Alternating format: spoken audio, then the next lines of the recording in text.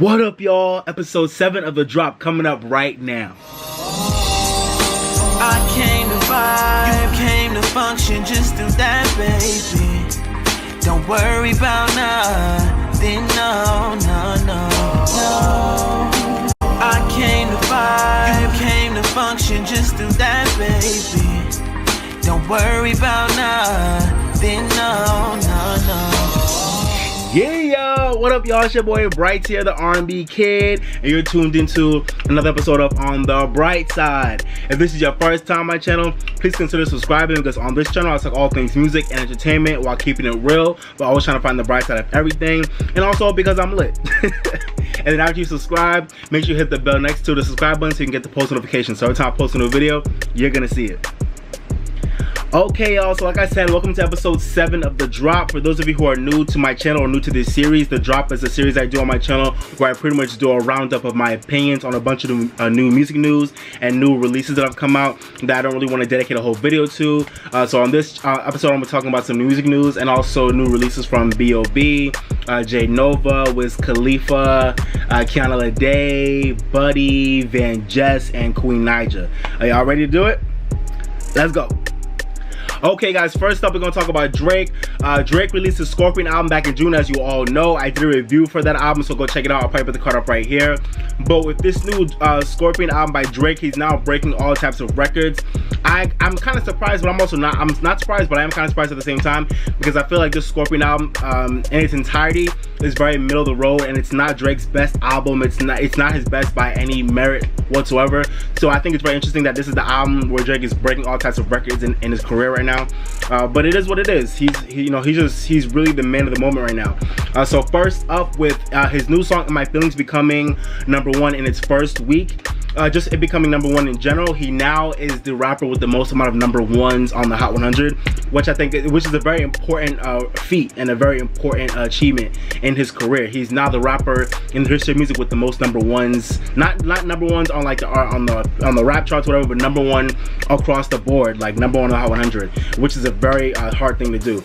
So the rappers behind him, I think Diddy, Eminem, and Ludacris all had 5 #1s to their name up until now, but now with In My Feelings going #1, Drake now has 6 #1s, including What's My Name with Rihanna, Work with Rihanna, One Dance, God's Plan, Nice for What, and now In My Feelings. So that's a very impressive achievement itself, and I'm kind of just shocked that he hit it. No, this early, I'm not gonna say this early into his career, but at this point in his career, he still has a lot of gas left in his tank. So it's crazy that he's already the rapper with the most #1s to his name. So shout out to Drake for that. And the second achievement in Drake's catalog right now, with the 7 songs that he charted on the Hot 100 the week his album came out. I believe those 7 songs were Nice for What, God's Plan, Emotionless, Nonstop, Don't Matter to Me, and one other song, and I'm Upset, and one other song. With those 7 songs becoming charting on the top 10 of the Hot 100, Drake now passes Michael Jackson for the amount of top 10s on the Hot 100. I don't think he has the most. I think that belongs to the Beatles, I believe, or Mariah Carey. But Drake has now passed Michael Jackson for the most amount of top 10s on the Hot 100, which is kind of a scary thing to realize and a scary thing for me to kind of wrap my head around. But in this streaming age, where it's very easy for artists like Drake, who just dominates the streaming era and dominates the streaming arena, to really get songs on the Hot 100. He's now passed Michael Jackson for the most amount of chart entries that became top 10s. So I don't think this is an achievement I want to tip my hat up to for Drake, because of the climate we're in right now. But it's something you have to make note of. So I just wanted to mention that. But let me know what y'all think about Drake beating out Michael Jackson for the most amount of top 10s on the Hot 100 down below in the comments. And the last achievement I want to talk about with Drake is with In My Feelings hitting #1 for a 3rd week, which is it's now in its 3rd week of being #1. Drake not only passed Usher for being the solo male artist with the most amount of weeks at #1 on the Hot 100 in any decade, but he's also now passed Rihanna for being the artist with the most amount of weeks at #1 in this decade. which is something I'm kind of, when I read it and I saw it, I was like, damn, that's really crazy, because if you think about it, Rihanna had I think 41 weeks at #1 in this decade so far, with multiple songs spread out through multiple years, and that's, to me, that's a very impressive achievement in itself. But now with In My Feelings being #1 for a 3rd week, Drake now passes Rihanna by 1 week, and probably more in counting in the coming weeks, but he now passes Rihanna for the most amount of weeks at #1, because he's now at 42 weeks. And the funny thing in itself with that is that Rihanna helped Drake get 2 #1 songs, and collectively that was 10 weeks. So with Work and What's My Name being #1, that was 10 weeks that Drake has at #1 that he also shared with Rihanna. So Rihanna, even though he beat out Rihanna helped him get a lot of those weeks at #1, which is funny enough in itself. And also, Drake amassed much of his weeks at #1 in the summer of 2016, and now the summer of 2018 with like 3-4 songs. One Dance in 2016, and now in 2018, God's Plan, Nice for What, and In My Feelings. So it's like he really got all these weeks at #1 in a very concentrated period of time, and so I feel like it's not really fair. And also it's kind of like, because Drake has like a whole like monopoly and like juggernaut over the industry right now, where he doesn't have a lot of competition and people in his lane, and he's just really bulldozing over everybody because of him just being the golden boy right now. Whereas Rihanna has been going strong for the entire decade, so I feel like it's not really fair. But the reality is that Drake is now the artist with the most amount of weeks at #1 this decade. Here's hoping Rihanna can come up with some new #1s in this coming in the next year or so with her new reggae album, whenever it comes out. I'm excited for it, because I feel like Rihanna does deserve to be the artist with the most amount of weeks at #1 by the time this decade is over. I feel like Rihanna deserves that, not Drake. No shade to Drake, but I just feel like Rihanna deserves that achievement. So Rihanna, your next album cycle, get it together, because there's no reason that Drake should be having the most amount of weeks at #1 this whole decade with a lot of very mediocre songs. That's my opinion. But let me know what y'all think about that down below in the comments. Okay, also real quick, moving on to another young money artist who I think is not doing so hot right now in terms of breaking records, Nicki Minaj. Nicki Minaj has now pushed back her album Queen apparently by 1 week, which I think to me is a very, I'm not gonna say it's a silly thing, but I'm very shocked that Nicki Minaj is in the predicament that she's in right now. Apparently she pushed back her album by a week because of a non-cleared sample of a Tracy Chapman song. Apparently one of the songs on the album features a rapper, I'm assuming it might be Jay-Z, but if it's not Jay-Z, she said it's one of the greatest rappers of all time, maybe, but Wayne is on Rich Sex, so I don't know. But one of the tracks on the album has a great rapper, and there's a sample that she apparently didn't know was a sample of a Tracy Chapman song that has not been cleared yet. So because of the situation that she's in right now, she's gonna push back her album by a week, and I'm very confused, because I feel like Nicki Minaj was gonna announced her Queen album was gonna come out back in June. I think, yeah, at the Met Gala, Nicki Minaj announced that her album was gonna come out in June. She's like, yeah, y'all, my new album Queen coming out June 15th. Go get it. And I was like, all right, cool, we're gonna get her album June 15th. And then I realized Christina Aguilera and Nas, Jacquees, and J-Rock were all dropping June 15th. And then on top of that, Beyonce and Jay-Z surprise dropped their Everything Is Love album on June 15th or June 16th. That was a bad week for Nicki Minaj to release her album, so I'm glad she pushed it back from that date. At first I thought she was bugging, but then I was like, you know what, I'm actually glad she realized she should not have released her album June 15th. And then she said, okay, my album is coming out August 10th. Okay, your album's coming out August 10th, cool, we can wait, and that's next Friday. But now she's releasing it a week later because of an uncleared sample. But Nicki Minaj, I'm really confused. You have not released your last album came out in 2014. It's now 2018, and you've had all these years to be on feature after feature, get your album together, and in the weeks leading up to your album being released, you don't even have your track list and finalized and your samples cleared. How you're gonna name your album Queen, and you're trying to talk about how you're the queen of rap in the music industry, and you don't even have your album rollout and your album promo together? Nicki Minaj, I don't understand what's going on with you and your album rollout, and I don't know what your Republic and Young Money are doing for you, but this album era has been very messy. It's been very all over the place. The singles have no focus. They're not being pushed. They don't really make sense. There's not really an underlying theme or concept or narrative that we can all get into. And I was cool with your album being released August 10th. It was a clear week. No one else big is dropping that week. It was going to be an open road for you to get a #1 album. But now you're going to push your album back to August 17th, the week Ariana Grande is releasing her album. So you know she's probably going to get #1, and you're probably not going to get that #1 that you want because of a song sample that, if you are the queen that you say you are, should have been cleared. Nicki Minaj, I don't understand how you are one of the most prominent rappers of our time. You should be a student of the game. How did you not know that one of your songs on your album had a sample that wasn't clear? Like, why was that not figured out between you and your team? The week before your album comes out, you want to tweet to your fans, oh yo, should I push the album back because of a song, or should I just release it and not have the song? Guys, y'all let me know what you want me to do. Nicki, fuck the fans. This is your album, this is your project. I know you want your fans to be involved in your process, but this is your project and this is your legacy. Why are you leaving the fate of your legacy and one track in the hands of your fans? You and your team need to have it figured out. So Nicki Minaj, I don't know what's going on with you. Hopefully the Queen album will be dope. I think it still will be, but this rollout has been all over the place and been a mess. So it's funny how we have Drake pretty much running the game right now, and Nicki Minaj, who I feel like should be his female counterpart, is just out here struggling in the wind. I don't know, but like I said, on the bright side of everything with Nicki Minaj, I truly do feel like her album will be good. So that's the good thing. I really feel like her album will be popping, but I just don't know what's going on with this rollout. It's just all over the place, y'all. But y'all let me know what you think about Nicki's pushback, and if you think her album will be popping or not, let me know. I'll definitely try and see if I can do a reaction or review to it when it comes out. But for now, I'm just like Alright, real quick, y'all, the VMA nominations came out a few weeks ago. I'm not going to break down all of them, but I will break down Video of the Year. Video of the Year, we have Camila Cabello and Young Thug with Havana. I love that video, and I love that song. We have the Carters with Ape Shit. I'm glad they got it. They deserve it. That video is amazing. The song is amazing. Childish Gambino with This Is America. Definitely should have been in there. Shout out to VMAs for that. Drake with God's Plan. I'm cool with that. Ariana Grande with No Tears Left to Cry. Very, run-of-the-mill pop video, but shout out to Ariana Grande. It was a cool video. And Bruno Mars and Cardi B with Finesse, which is another video I love. I did a reaction to that video with my boy Sean. Go check out that video. I'll probably put the cut up right here. That was a great video. I loved it. So this Video of the Year category is very cool. I don't have any issues with it. Apparently, a lot of Taylor Swift fans are tight because she wasn't nominated for Video of the Year for her Look What You Made Me Do song. That video was very big and expansive and expensive and just really big, but I didn't think that video was all that in a bag of chips, so I'm not mad that she's not nominated. Taylor Swift fans, get over it.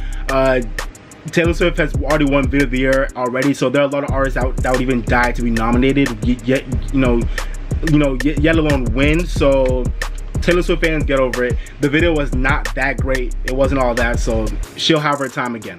But the Video of the Year category is cool. I'm okay with it. But the VMAs, I don't really care about them this year. They're probably gonna be dry as hell as always. They've been dry as hell for a long time now. But the last thing about the VMAs I want to talk about is J.Lo is now the one who is being confirmed to be getting the Video Vanguard Award. And I'm okay with that because J.Lo has had a great video catalog. But I'm also very disappointed because I feel like this is the year that the VMAs should have let Missy Elliott take home the Video Vanguard Award. I feel like this is a good time. If it doesn't happen this year, hopefully it happens next year. If it doesn't happen at least next year, I'm going to look at the VMAs all types of sideways because it doesn't make sense that Missy Elliott has not been brought up in the conversation of the Video Vanguard Award all these years. I don't know how Pink and J.Lo came before Missy, but that's the world we're living in right now. Missy Elliott been deserved this award. Hopefully she gets it next year, but for now we're getting J.Lo. I have no issues with J.Lo. I'm cool with J.Lo, but Missy Elliott been deserved this award. But let me know if you guys plan to watch the VMAs. If you all want me to do a reaction of the show or review the show, let me know down below. Okay, y'all, so apparently Stevie J and FEFE Evans are getting married. What the fuck? Yo, I've never seen a piece of music news in 2018 that I was so happy to see, but also so weirded out by at the same time.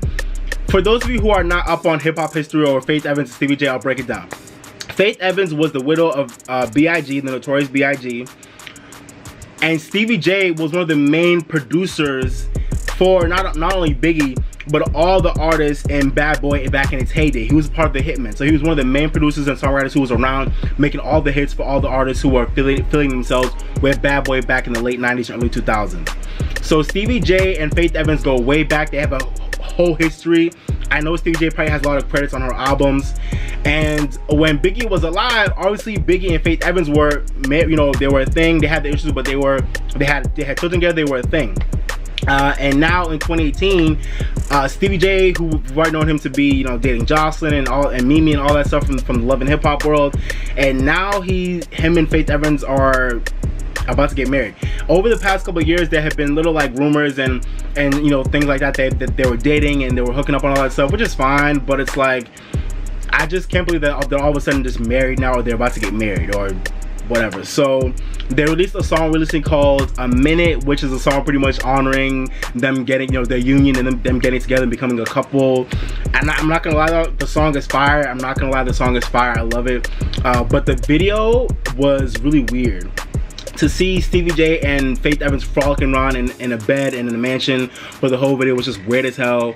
It's just weird to see, like, it's not like I'm not happy for them, but it's just weird to see like Faith Evans now be married to someone who used to produce and write for her, and her ex-husband who passed away. It's just weird, but I'm happy for them. If they're happy, I'm happy for them. I don't really know what will come of this, but I'm looking forward to seeing what will happen with them. I'm happy for them.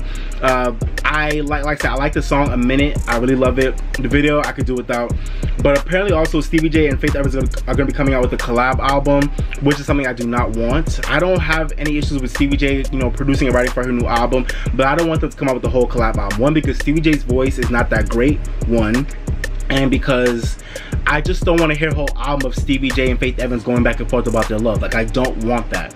And on top of that, Faith Evans just put out a collab album with a posthumous collab album with her and Biggie just last year.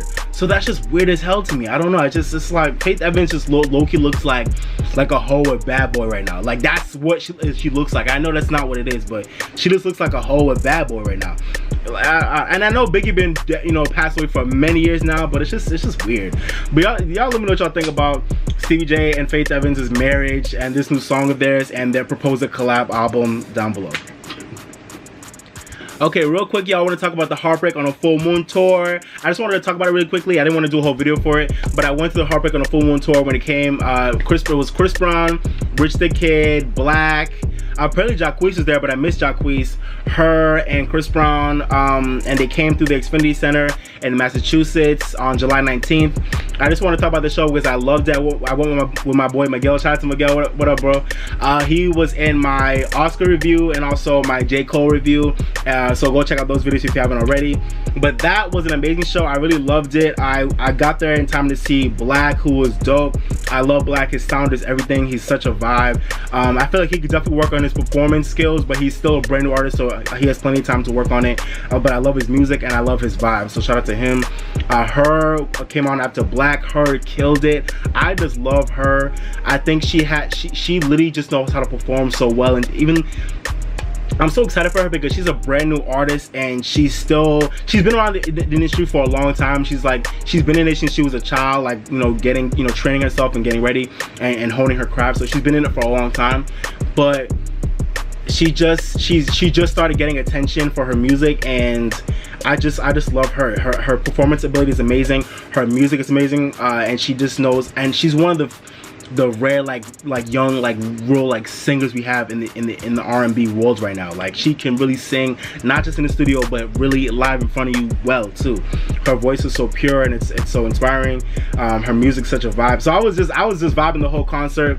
Shout out to her. And then right after that, we had Chris Brown come out and perform a lot of songs off of the Heartbreak on a Full Moon album, and a lot of his old classic songs too. Chris Brown, all these years into his career, he can still move, he can still give you energy and performance. Like, so shout out to Chris Brown. It was a good show. I enjoyed it. If you haven't, if he's still on the way to your town, if you've not got your tickets, I definitely recommend getting your tickets.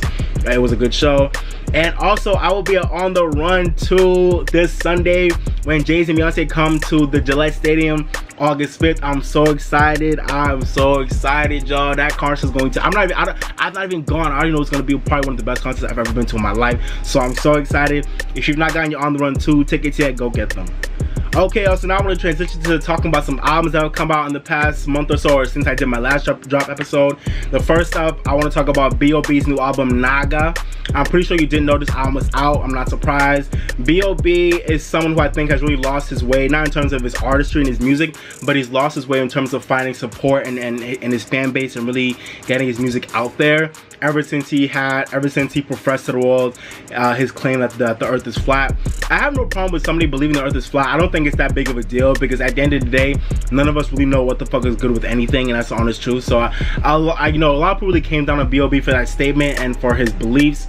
And ever since that, you've not seen B.o.B really make any moves with his music. He's not on the charts. He's not, you know, he ain't selling anything. Like he's just not out here like that. But he released his final album, Naga, a few weeks ago. Apparently it's gonna be his final album. I don't know if I believe that, but if this is gonna be B.o.B's final album, I feel really bad for B.o.B because I feel like he went out on a very like sad note. This album is not that great, and I feel like B.o.B, to me, B.o.B has always been one of the most underrated MCs of this generation. B.o.B can spit his ass off. He's an amazing rapper. I've always been a huge fan of him. I think he's one of the most underrated rappers of our time period. But unfortunately, like I said, his clout is just kind of gone right now. But I did enjoy some songs off this album. I did enjoy Good Nigger Sticker. I liked Jar Levert. Yeah, and just those are songs that really stuck out to me. And I also was cool with Don't Be Nobody's Bitch, TMI, How It Is, Back Computer. Those songs were cool. But I think in general, a lot of these songs were just really whack on this album. B.o.B still he has like a humor that he keeps throughout a lot of his albums that he kept here, but it didn't really work that well on this album. And excuse me, I feel like for this to have been B.o.B's last album, he didn't really go out on a strong note. You know, he has a lot of great raps, but it didn't. And he has a lot of really like woke songs that are really talking about some real shit, but it just didn't really like, it didn't really go that hard as it could have went. And it just felt really childlike and really immature at times, so it didn't really come off you know, as strong as I feel like it could have. But let me know what y'all think about B.o.B's new album down below. Okay, another album that I want you guys to check out if you haven't already. It came out back on July 13th. Jade Novah's All Blue album. This is an artist I came across recently. I didn't really know much about her, but apparently she's a social media star, and she came up through Instagram, doing Instagram covers and YouTube covers. But I really like her vibe. I like her sound. She's really dope.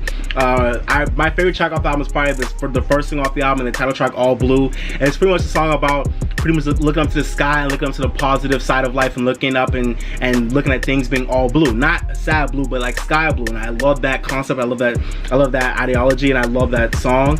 It was the first song of the album. Dope way to lead off the album. I also love the songs Cosmic Love. That's another great track as well. I also love the tracks Intuition, which is a song about, you know, letting go of all the haters and having nobody kill your vibe in life. That was a dope track.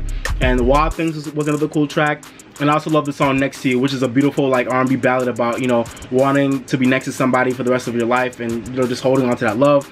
So this is a very like nice album, not crazy, but it was very good. It was her debut album.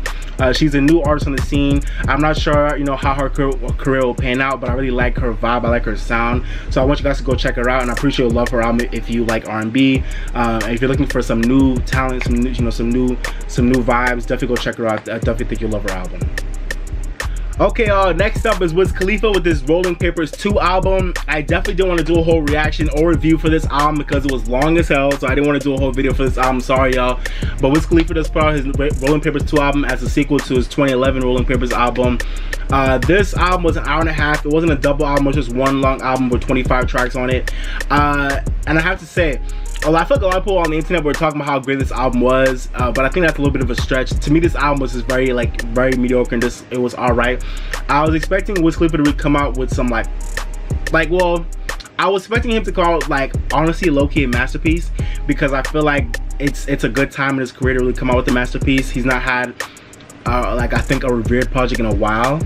He's had revered songs, but I don't think he's had like a revered project in a while. So I was hoping that this Rolling Papers 2 album was gonna be like a masterpiece, but to me it was just very mediocre. The thing about this Rolling Papers 2 album is I actually enjoy many of the tracks on this album. I enjoy many of the tracks, but I think as a body of work, as a whole hip-hop album, I just think it wasn't bad, but the problem was that Wiz just sounded so comfortable throughout the whole thing, and he just sounded really uninspired throughout the whole project. So I think that really dragged things down, and it doesn't help when you have a 25-track album, and for the whole album, when you're, you know, it's okay if you have like a 10-track album and you sound kind of uninspired, because like, you know, it's just 10 tracks and you get through it. But it's even more apparent that it's a bad thing when you have a 25-track album and you sound so uninspired and so comfortable, and like you're just going through the motions throughout the whole album. even though there are bops. So that's the good thing about this album, is that there are bops, there are jams on this album, but he really isn't saying anything we haven't heard him say a million times before on his other albums. He didn't come up with anything new. There was no like underlying like narrative or story holding everything together. It really was just like a collection of like random songs put together on a project, and Wiz Khalifa calling it my new album. And that's my opinion of it. At the end of the day, like, the good thing about it is that it does have a lot of great energy. It has, you know, Wiz keeps his energy throughout the whole project. You know, Wiz is one of the most energetic rappers in the game in terms of his personality and also just the way he comes across on records. So that's still there, but I just feel like it was just a very complacent record. But another thing I do love about this album though is that it does have great beats. So that's really what saved it. Even though there's a lot of like boring raps, a lot of boring vibes, like there are great beats on this whole album. So that's what I loved about it. Some of my favorite songs off this album, I love the title track William Peppers 2. That's one of my favorite tracks off the album. That's a great track. I love the first part of Mr. Williams, Where's the Love. I don't like Where's the Love, but I love Mr. Williams. I also like Penthouse was a cool song. The song with Snoop Dogg, that's a cool song. Real Rich is nice with Gucci Mane. Hopeless Romantic, I've actually been bumping to that song a lot lately, especially in the gym. I really like that song. It's a vibe. Late Night Messages was really like vibey late night record, really smooth. I love the production on that one. What else? I also love Gin and Drugs. That's a nice like party record. Shout out to Problem. Problem always comes through with a nice verse. 420 Freestyle was great. Yeah, I mean, so yeah, a lot of songs in this album are just great, but I just feel like he really could have cut out a lot of the fluff and really dig deep to have really like pulled out more of a story, more of a narrative, and just I really wanted Wiz to be like really be saying stuff on this album. And it was just very complacent, like, oh yeah, I'm Wiz, I smoke, I got money, I'm rich, I love my son, and it was just like, it was just stuff we've heard from Wiz time and time again. Nothing new. I'd probably give Rolling Peppers 2 or 3 out of 5. But let me know what y'all think about the album, what were your favorite tracks, all that. If you think I was wrong for thinking it's mediocre, let me know. Let me know down below. Okay, another artist I really want to talk about really quickly is Kiana Lede. She released her EP called Selfless a few weeks ago, back in July. I really like this girl. I don't really know much about her. I came across her song, I think it was called I Choose You, back in 2017, and I really liked it, so I've been following her ever since. But I think this is her first EP as a new artist. She signed to Republic, and I really like her. She kind of gives you like a mix of like a lot of just the new school R&B girls, like, you know, a little bit of like Tinashe, a little bit of Kehlani. You know, she kind of gives you like a mixed bag of like everybody. So I really want her to start figuring out her own voice and her own like style and swag and her own vibe more, because I feel like she kind of can get lost in the shuffle of the R&B scene right now. But I really like what she gives. I really like this EP. I'm really looking forward to seeing, you know, where she'll go in the future. My favorite song on the EP is probably the first track, Get in the Way. I love that track. And I also like the tracks Shame is cool, Show Love is cool too, tracks 2 and 3. I like the last track, Take It All too. This is a nice EP. I really want to see where Kiana Lede is gonna go. I think she really has what it takes to be a real force in R&B, but you know, she still needs to grow. So I'm really looking forward to seeing where she's gonna go.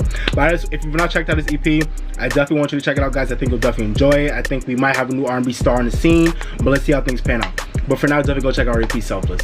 I think you'll like it. Okay, guys, I'm so excited to bring this new artist to you guys. If you don't know about him, Buddy just released his debut album called Harlan and Alondra on July 20th. I love this album, guys. Buddy's an artist I came across last year.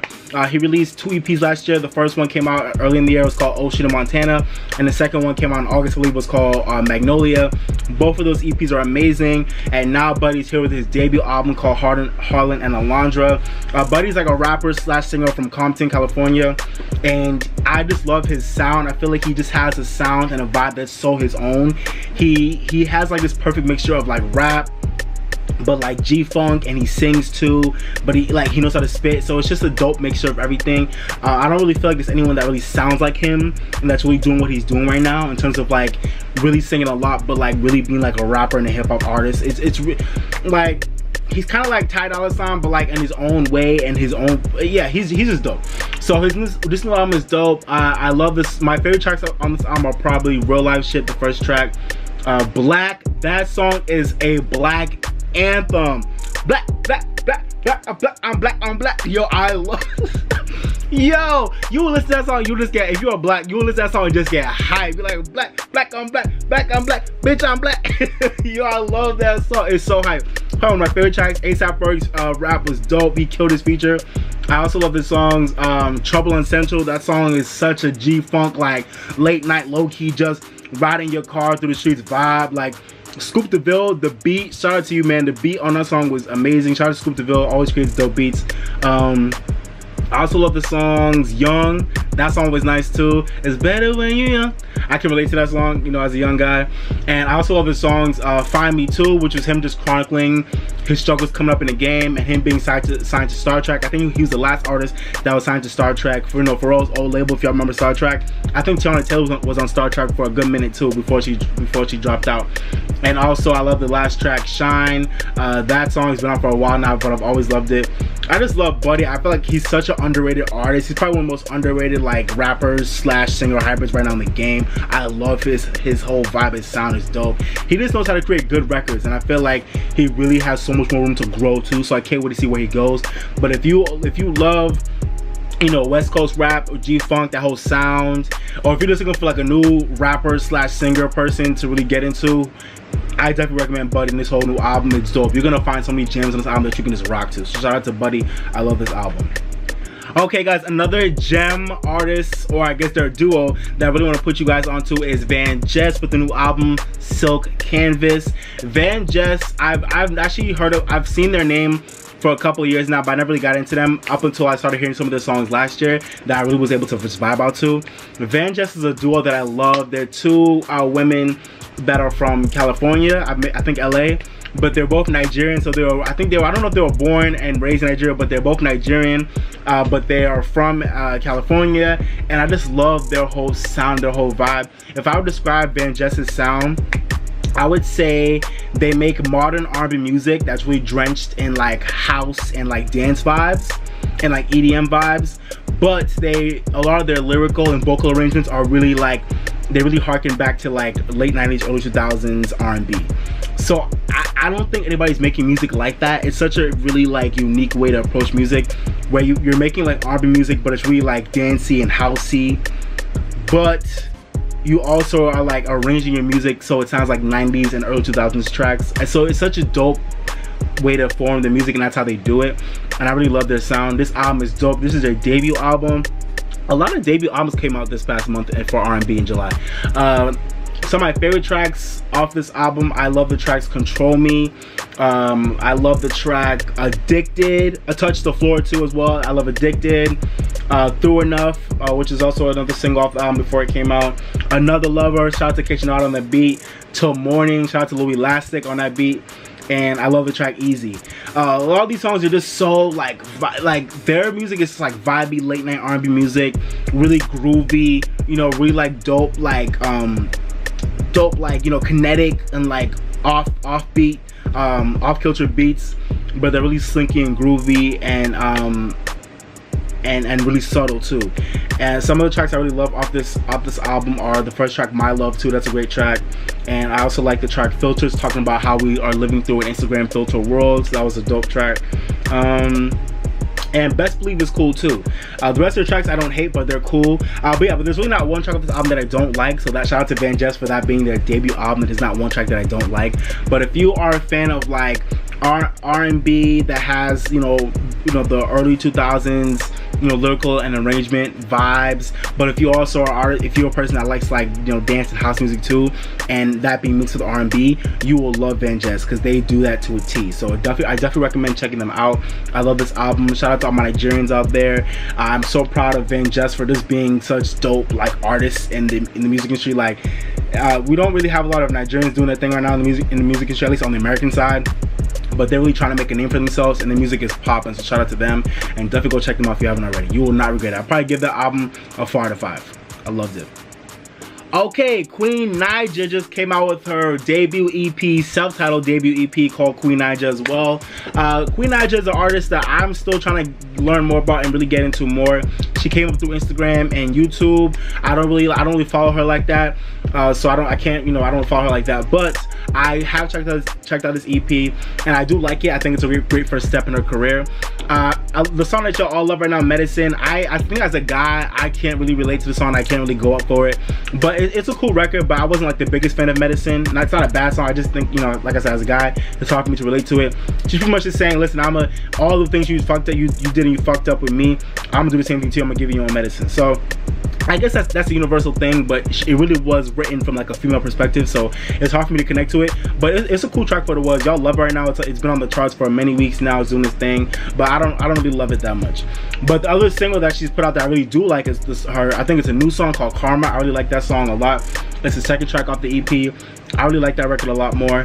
And I also love the tracks Mama's Hand, which is the song dedicated to her son, which is it was a beautiful R&B ballad, really nice vocals.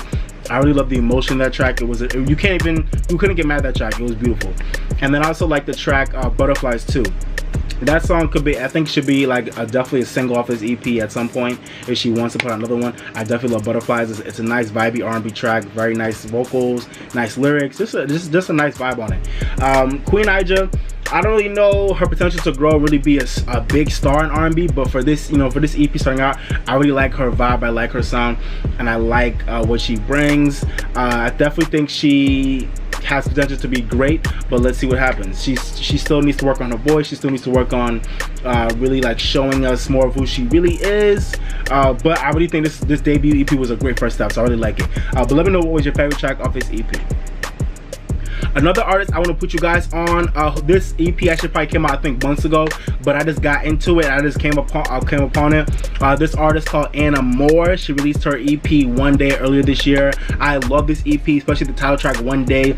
It's such an inspirational track, pretty much saying, listen, if it's not happening for me right now, it's gonna happen one day. I just need to keep believing. I need to keep persevering and persisting and believing in myself, and I'm gonna get to where I want to be one day. Such an inspirational track, it has such great production on it. It was such a vibey track, so I really recommend go checking out that track. If you also want to check out the rest of the EP, I recommend doing that as well. She has a lot of great tracks in her catalog right now. I'm really looking forward to seeing Anna Moore hopefully touching more ears. Like nobody knows her. She's like nobody knows her. But I got into her because of the You Know I Got Soul podcast that I check out. If you're an R&B lover, I definitely recommend checking out the You Know I Got Soul podcast on YouTube. They are amazing. So that's how I learned about her, through them. And I checked her EP out and I was like, whoa, this EP is really amazing. So definitely go check it out. It's called One Day. The track One Day will definitely have you in your feelings. So definitely go check it out. Also, Ciara just dropped her Level Up song a few weeks ago, and I gotta admit, when the song came out, I love the video. The video is amazing, but I wasn't the biggest fan of the song. And I'm a huge Ciara fan, but I just didn't really get into the song much. I feel like it's just too immature for Ciara, and it's too repetitive at this point in Ciara's career, where I feel like she needs to come out with a song that's just popping and mature and just ready to go off. And I feel like Level Up is just very like, level up, level up, level up, level up, level up. But the saving grace for Level Up to me has been the Missy Elliott and Fatman Scoop remix. I feel like when the Missy Elliott and Fatman Scoop remix came out, when they came out a few days ago, I feel like it really allowed me to really get into the song even more than I ever did in the first place. And I think Missy Elliott and Fatman Scoop really brought out an energy in the song that I feel like it needed in the first place. And I really honestly feel like Ciara should have made the official version of the song featuring Missy Elliott and Fatman Scoop, like low key. But I understand why she put on her solo version, but I feel like Missy and Fatman Scoop just gave it that sauce I needed to really become a great song. So I love the remix, and I feel like the remix really made me get into the song even more now. But y'all let me know what y'all think about Ciara's Level Up down below in the comments. I'm not gonna do the challenge. Nah. Level up, level up, level up, level up, level up. Everybody in my has been doing that Level Up challenge, yo. But shout out to all y'all killing the challenge. Shout out to Ciara for getting a new viral hit out here. She's finally back on the charts because of the song. So shout out to Ciara. I'm looking forward to the album. Hopefully it'll be good. Like I said, I'm a huge Ciara fan, so hopefully this will lead to an album that's popping. But for right now, Level Up is just, you know, it's cool. Alright, so one of the most hated rappers in the game right now. I'm not really sure why, because even though he tends to really be, you know, he tends to give off a lot of fuckboy vibes in interviews, his music is amazing.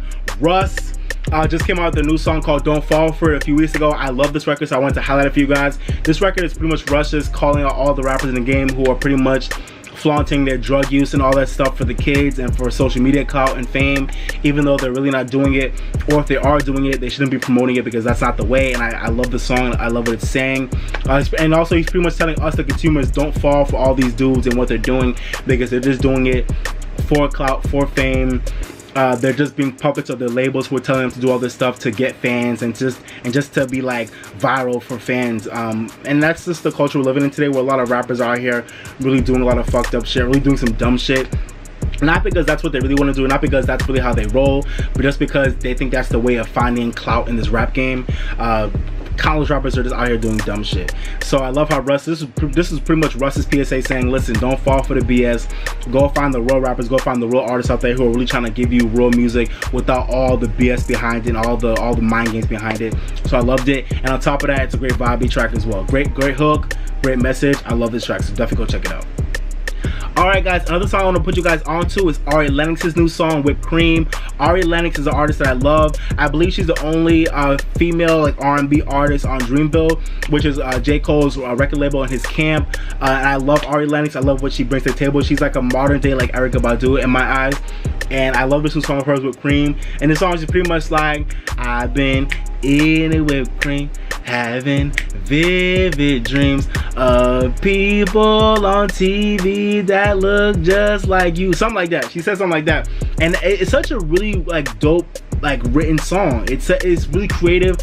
She from saying, listen, I've been shacked up in my house eating whipped cream, think about you, and I've been seeing you on the TV, I've been seeing you everywhere I go because I miss you and I want to get back together, you know, all that stuff. So it was such a cool record, so written so creatively, and it's such a vibe, a nice steady, like nice beat. Like I said, Erykah Badu vibes.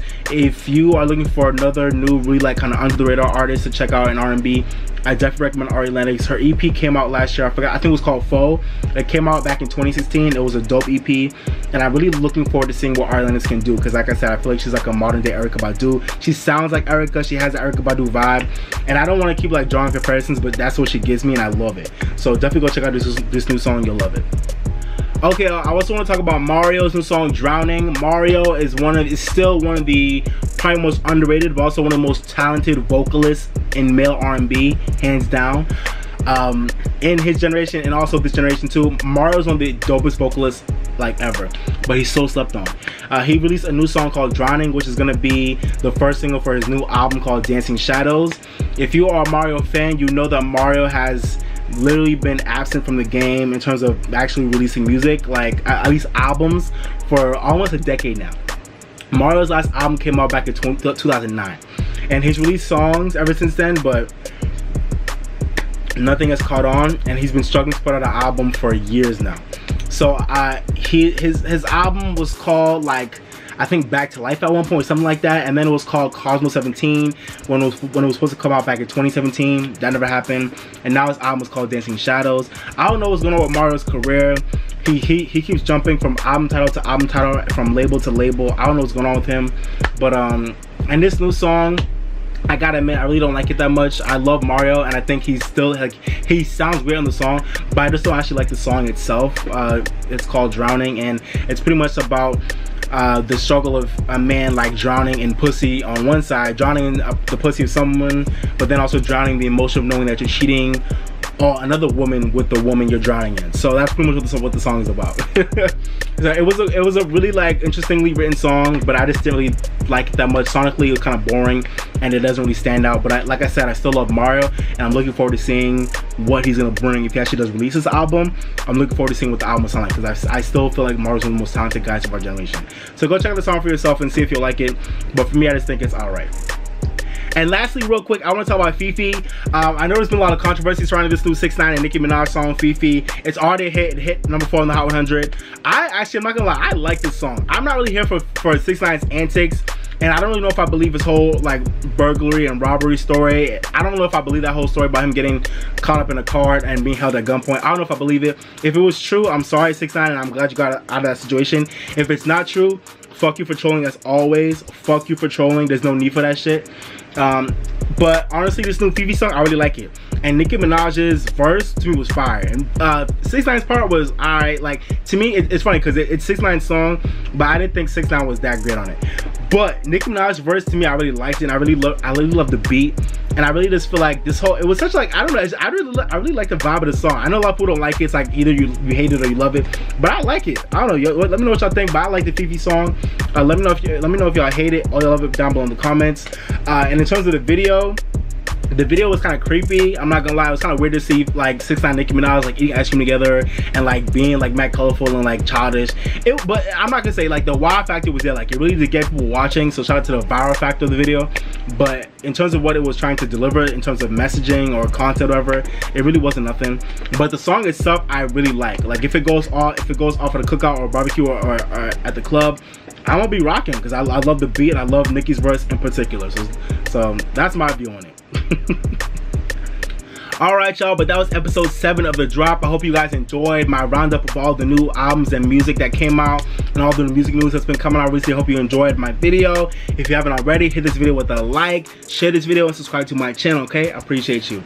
And like I always say guys, live your best life, drink more water, stay woke, and if you're mad or sad, go listen to your favorite song. But this has been your boy Bright, the R&B Kid. Thank you for watching, but for now, I'm signing off, baby. Bye, y'all.